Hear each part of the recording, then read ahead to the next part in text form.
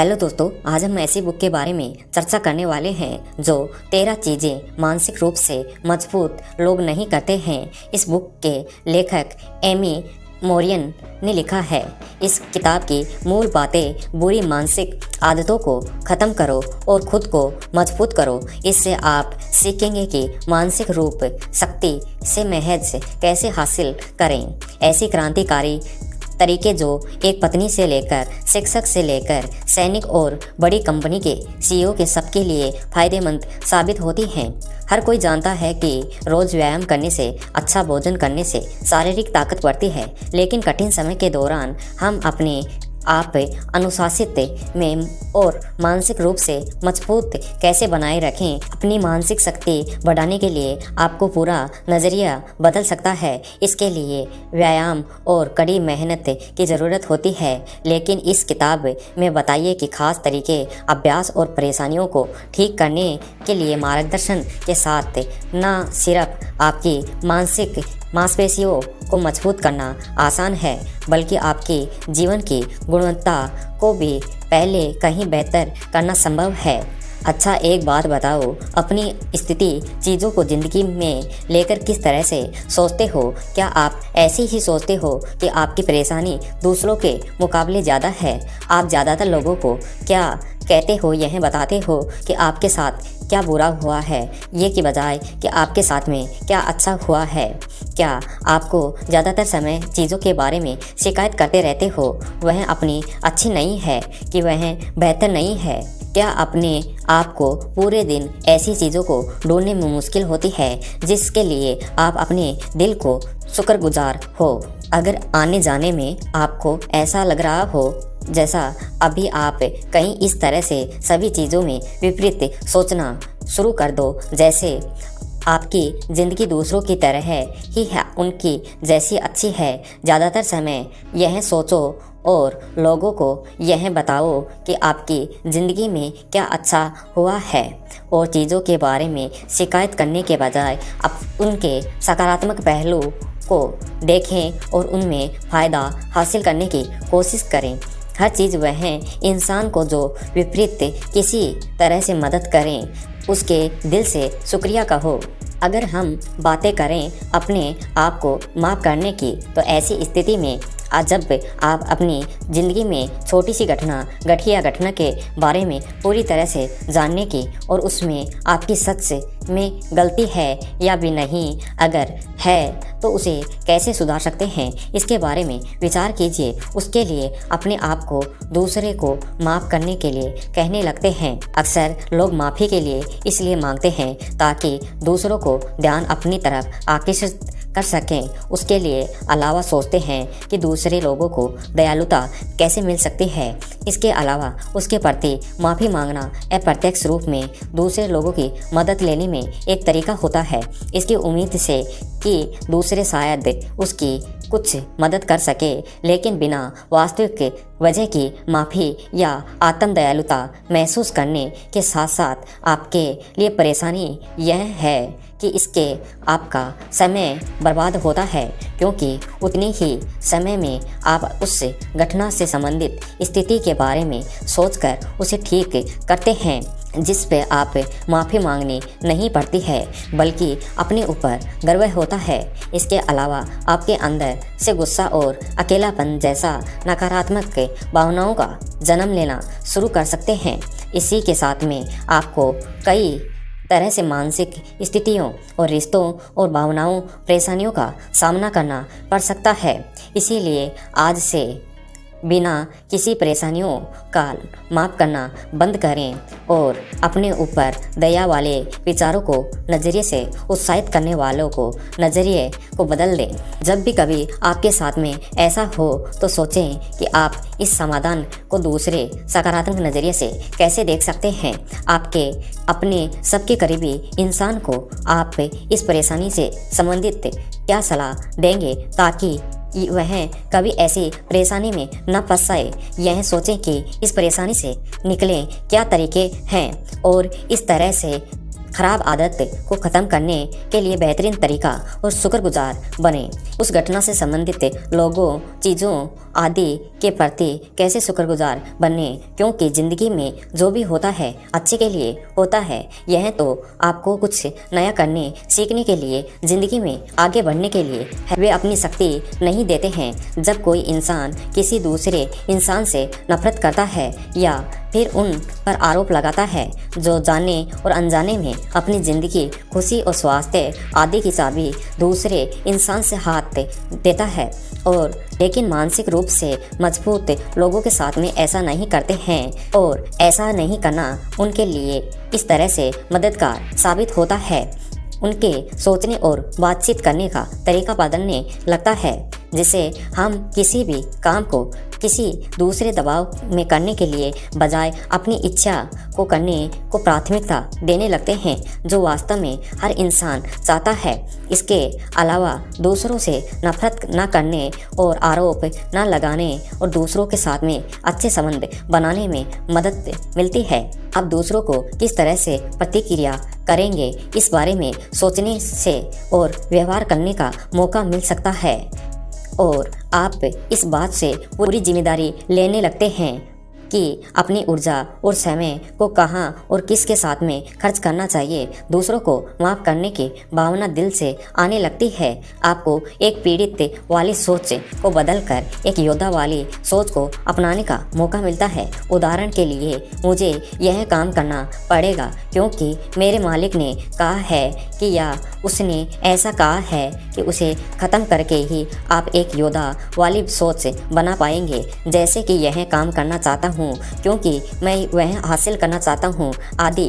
अपना हक लेने के लिए जिम्मेदारी आप खुद को लेना शुरू कर देंगे, क्योंकि जब आप अपनी किसी दूसरे इंसान पर आरोप लगाते हैं तो अप्रत्यक्ष रूप से आप उन्हें आपका अधिकार और जिम्मेदारी दे रहे होते हैं, और यह मानते हैं कि यह दूसरे इंसान जिम्मेदारी कि वह आपके अधिकार आपको दें। लेकिन सच्चाई यह है कि जब तक आप खुद अपने अधिकारों के लिए खड़े नहीं होते हैं तो दूसरा आपको क्यों देंगे। इसलिए जब आप दूसरों पर आरोप लगाना बंद कर देंगे तो अपना हक के लिए खुद से लड़ना शुरू होना देंगे, खुद की जिम्मेदारी लेना शुरू कर देते हैं। जब आप अपनी जिम्मेदारी लेंगे तो आप अपने अधिकार को हासिल कर सकते हैं। आप यह महसूस करना शुरू कर देंगे, आप जो करते हैं वह अपनी इच्छा से करते हैं, किसी दूसरे इंसान को कहने या उसके दबाव से नहीं। ऐसा करने से आप देखेंगे कि अपने अंदर अंदरूनी हिम्मत की भावना आपके मानसिक शक्ति, खुशी और को महसूस करना शुरू कर देंगे, जो बदलाव से शर्माते नहीं हैं। चाहे नई परिस्थितियाँ आपके लिए बेहतर तरीके जीने के लिए अपनी आदतों को बदलना हो, कुछ नया हासिल करने के लिए चीज़ें में नए तरीके बदलाव करना हो, दूसरों के साथ में बेहतर रिश्ते बनाने के लिए अपने व्यवहार से बदलाव करना हो, किसी परिस्थिति से आसानी से निपटने के लिए अपनी भावनाओं को बदलना हो, और फिर अपने विचारों को बदलना, मानसिक रूप से मजबूत बेहतर के लिए बदलाव करना हमेशा तैयार रहते हैं। बेहतरीन इंसान बनना या बेहतरीन जीत हासिल करने के लिए बदलाव करने के लिए मकसद को इन तरीकों को अपनाइए। सबसे पहले तो वो अपने अंदर बदलाव करने के लिए प्रबल इच्छा जगाएं और अपने आप को बदलने के लिए परिस्थितियों आदि के बदलने के लिए वजह तय करें। फिर बदलाव के लिए संबंधित एक तय बनाएं। लंबे समय के बीच में समय और थोड़े समय लक्ष्यों में बांट लें। एक साफ समय तय कर लें कितने समय में आप उसे हासिल करने वाले हैं। फिर इस तरह तय किए कामों को करना शुरू कर दें। अपने विचारों और भावनाओं को संतुलित बनाए रखने के लिए उस बदलाव के साथ में आगे चलिए। इसके लिए ज़्यादा ज़रूरी हो सके तो उस बदलाव से मिलने वाले सकारात्मक परिणामों के बारे में सोचें और उन परिणामों के साथ में बेहतर ज़िंदगी जीते हुए महसूस करें। बदलाव के रास्ते में जो संभावित बाधाएं आ सकती हैं उन्हें पहले अंदाज़ा लगा लें कि उन्हें संतुलित करने की योजनाएं बनाएं। बदलाव से मिलने वाले फायदे और नुकसान और अभी ज़िंदगी में मिलने वाले फायदे और नुकसान को एक बार दोबारा ज़रूर देखें ताकि एक साफ सुथरी छवि मिल जाए। बदलाव करना आपके लिए कितना बेहतर है, साथ साथ से ही तेज़ी बदलाव करने से अंदरूनी परिणाम मिले। काम करने की योजना के साथ साथ एक अपनी कम से कम सिर्फ एक छोटा बदलाव करके अपनी तरह से करने के लिए एकदम कदम उठाने की कोशिश करें और अपने आप को बदलिए और आप जिस तरह से इंसान बनना चाहते हैं आज से ही उसी तरह से व्यवहार करने का वादा करें और अपने आप से एक इस वादे से हर हाल में पूरा करें।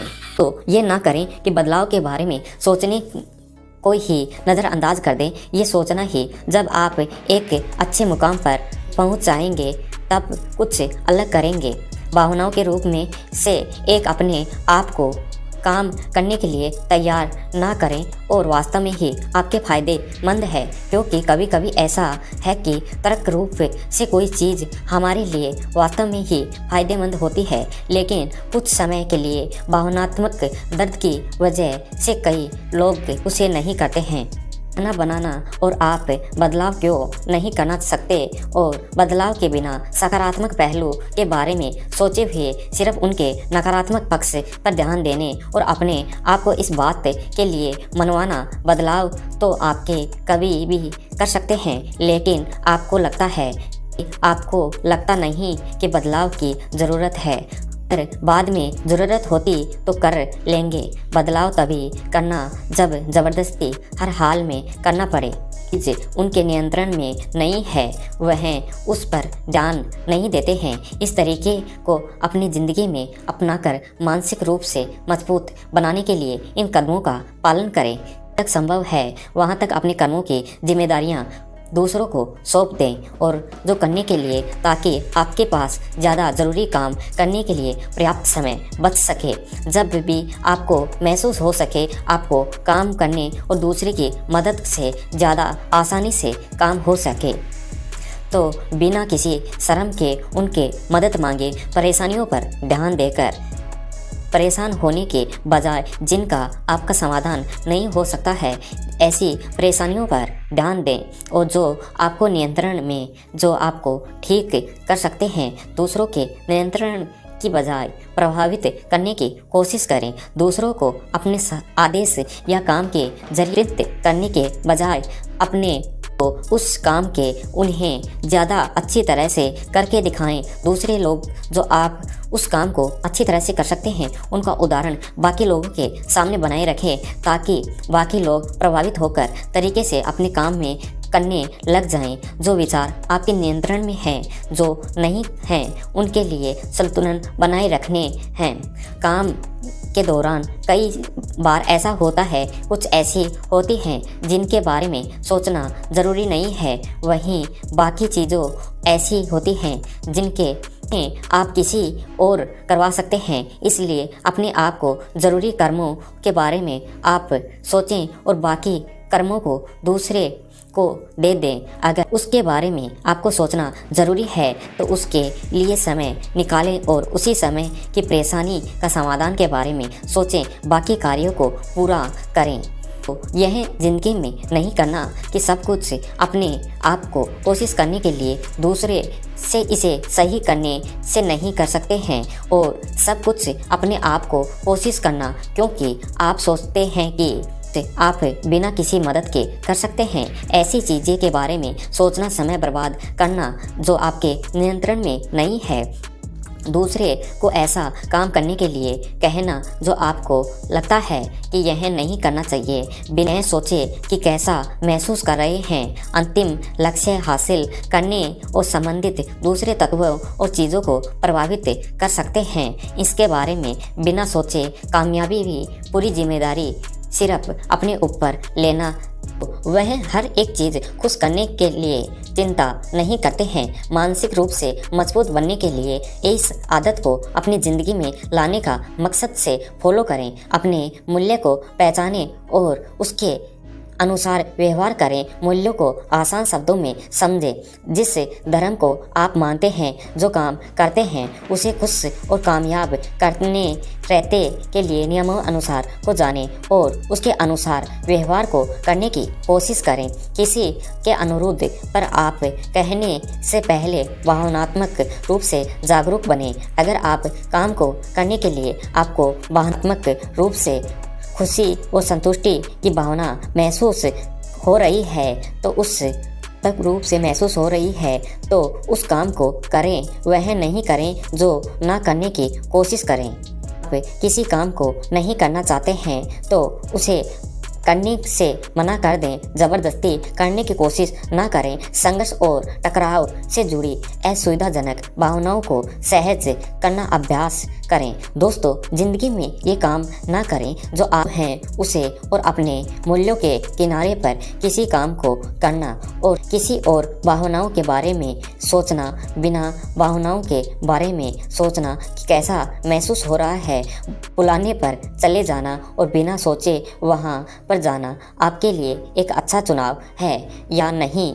आपको जानते हुए कि आप ठीक हैं, उसके बावजूद भी दूसरे की बात से सहमत हो जाना और दूसरों को टकराव ना होना, उसके लिए सही होने और बावजूद टकराव से बचने की कोशिश करना, उनके अनुरोध के बार को करना ऐसा कि न करें जो सही है, उसके साथ में खड़े होने के लिए बचना क्योंकि भीड़ और ज़्यादातर लोग उसे मदद नहीं करते हैं, समझकर जोखिम लेने से डरते नहीं हैं। इसको अपनी ज़िंदगी में अपनाकर मानसिक रूप से मजबूत बनाने के लिए इन तरीकों को अपनाएं। अपने भावनात्मक अपने के बारे में जागरूक बने और रिस्क लेते समय कैसा महसूस हो रहा है, एक बहादुर इंसान या डरपोक इंसान की तरह है।